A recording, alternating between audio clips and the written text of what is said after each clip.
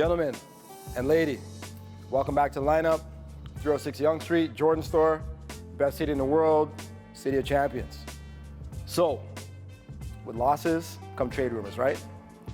So we're hearing about Kyle to the Wolves, we're hearing about Tristan Thompson to the Raptors. If you're Masai, if you're trying to tweak things up, do you make trades or do you try to hold fort? What do you think? I definitely don't think Tristan Thompson is the right move. I feel like he'd be a cancer on the team, but... A cancer? But he's playing he's his from best. Ontario. He's statistically having his best season right now. And he's Good in call. season number 9. He's Yeah, averaging a double-double. It's the off-court rumors, like all those drama situations that he gets himself into. I feel like we have a strong core group right now. We just got to keep working on the game. That's it. Defense has to improve.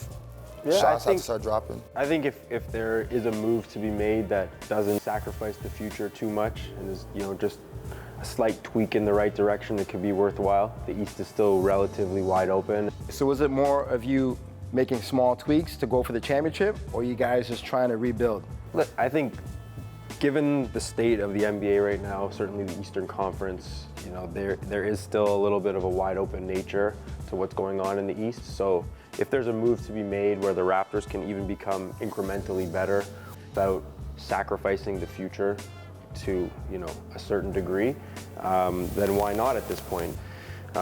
If the Raptors can make a push to get to the finals, anything can happen. And I think they are, maybe 1 or 2 moves away, personnel-wise, to make a legitimate push to get back to the finals. I would certainly do that. When you have a window to win now, you should definitely take advantage of it. You sound like you went to the school of Adam Silver. What do you think, my dear? They're 6-4 in their last 10 games. Everyone's freaking out. The NBA is 82 games in the regular season. It is a long season, and teams are going to slump. Also, 2 superstars coming back is much different than 1. There's 5 guys on the court, so it's not going to happen pretty overnight. I think Kyle's 8 for 39 from 3 in the last 5, so that's got to change, right? So I can stop you. 2 superstars, not 1? Yeah. Who's Serge and Kyle. Getting them both back in the lineup is good. It's not going to be pretty overnight. Gotcha. I'm not a fan of making big name trades in the middle of a season.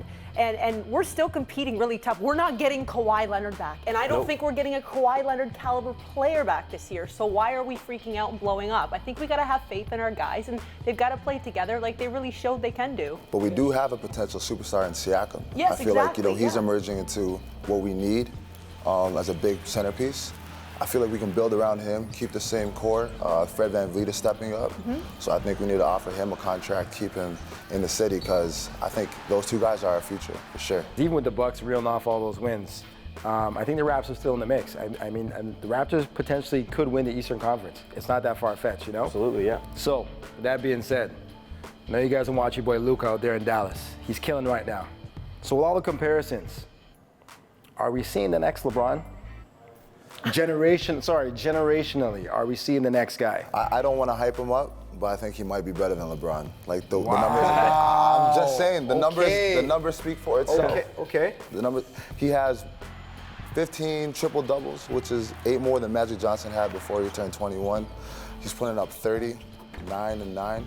Almost a triple double, and he's only 20 years old. He's 1 assist away from averaging a 1 assist away. So what I love about Luka, sophomore seasons, scoring more than LeBron did, assisting more than Magic did.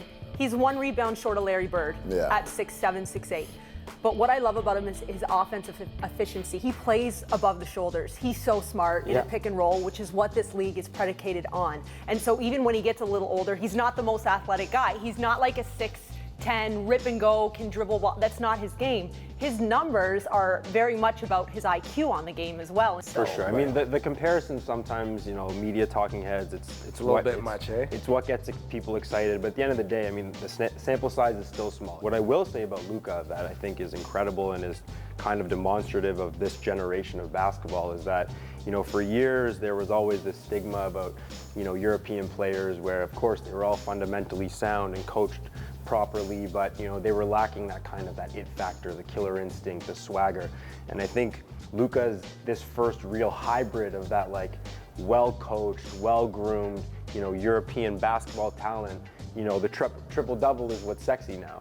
Everybody knows that. We've become so desensitized to crazy scoring numbers. Harden's running around doing it every night. No one even talks about it anymore because we want to see that efficiency. Well, you know what else is really sexy? I think as of this morning, Dallas was 3rd in the West. Yeah. Okay, and that's the one to me. what Luka's doing right now is proving it is also a winning way, because third in the West right now for the Mavs? It's impressive. Hello, are you kidding me? Definitely. But the league is different now. It's more of a guard-focused league and also faster pace. You know, a lot of guys are putting up double-doubles now. Triple-doubles is becoming more common. I wouldn't say it's more guard-focused. I'd say it's more 6'8", 6'9", having guard skills.